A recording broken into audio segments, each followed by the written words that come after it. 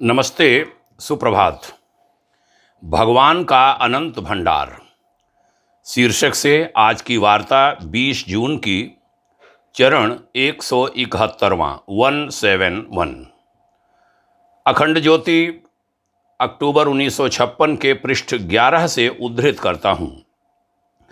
लिखा था युग के महान तपसी लेखक, विद्वान चिंतक, गायत्री साधक पूज्यवर आचार्य श्री राम शर्मा जी ने।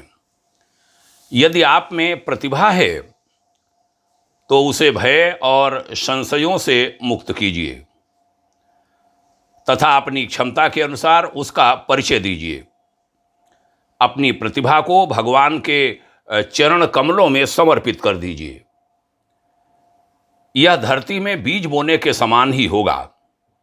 यदि आपकी प्रतिभा सच्ची है तो वह भगवान की एक देन है, और जब वह भय, संशयों और बाधाओं से मुक्त होकर अपना मूल्य निर्धारित करने के लिए विकास की ओर जाने लगेगी, तब वह बढ़ेगी, निरंतर बढ़ेगी और उसका सुंदर फल आपको प्राप्त होगा।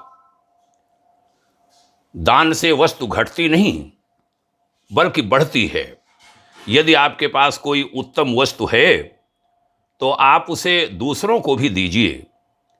इसके फलस्वरूप आपको वह वस्तु अधिक परिमाण माने अधिक मात्रा में मिलेगी।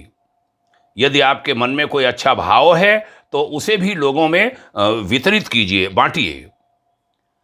हाँ, बलपूर्वक किसी के गले में नीचे उतारने की आवश्यकता नहीं, किंतु जो प्रसन्नतापूर्वक उस भाव को ग्रहण करना चाहे, उन्हें बिना किसी मूल्य के अपने उत्तम भाव का भागीदार बनाइए। अंत में बड़ी प्रेरणादायी बात लिखी युग ऋषि वर्य ने।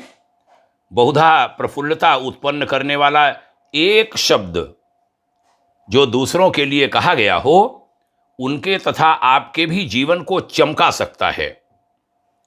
एक जलती हुई मोमबत्ती से आप हजारों मोमबत्तियां जला सकते हैं, और फिर भी पहली वाली ज्यों की त्यों जलती रहेगी।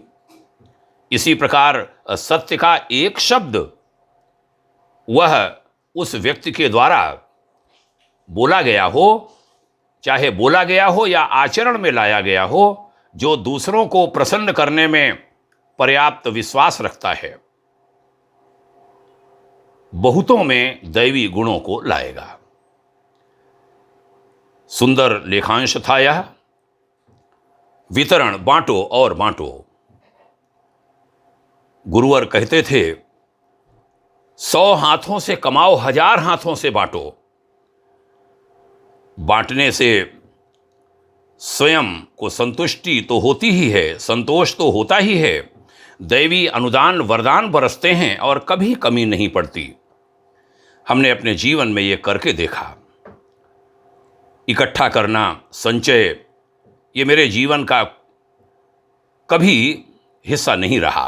बांटने में आनंद आया। जितना बांटा उतना मिला। आइए इन ऋषि विचारों को हृदयंगम करें, इनको अपने जीवन में उतारें। सारा खेल आचरित करने का है। शब्द तो बहुत हैं, पढ़ा तो बहुत जाता है, बोला तो बहुत जाता है, लेकिन जो अपने जीवन में उतरे वही मूल्यवान है, वही उपयोगी है।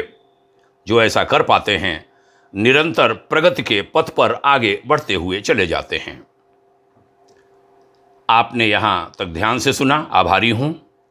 आप यह ज्ञान प्रकाश लोगों में फैला रहे हैं, इसके लिए भी आभारी हूं।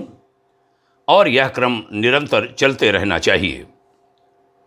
जब लोग बताते हैं कि हम कई स्थानों पर इसको शेयर करते हैं, आपकी बात को संतुष्टि होती है। हमारा परिश्रम सार्थक हो रहा है। धन्यवाद कहता हूं। प्रणाम, शुभकामना। ओम शांति।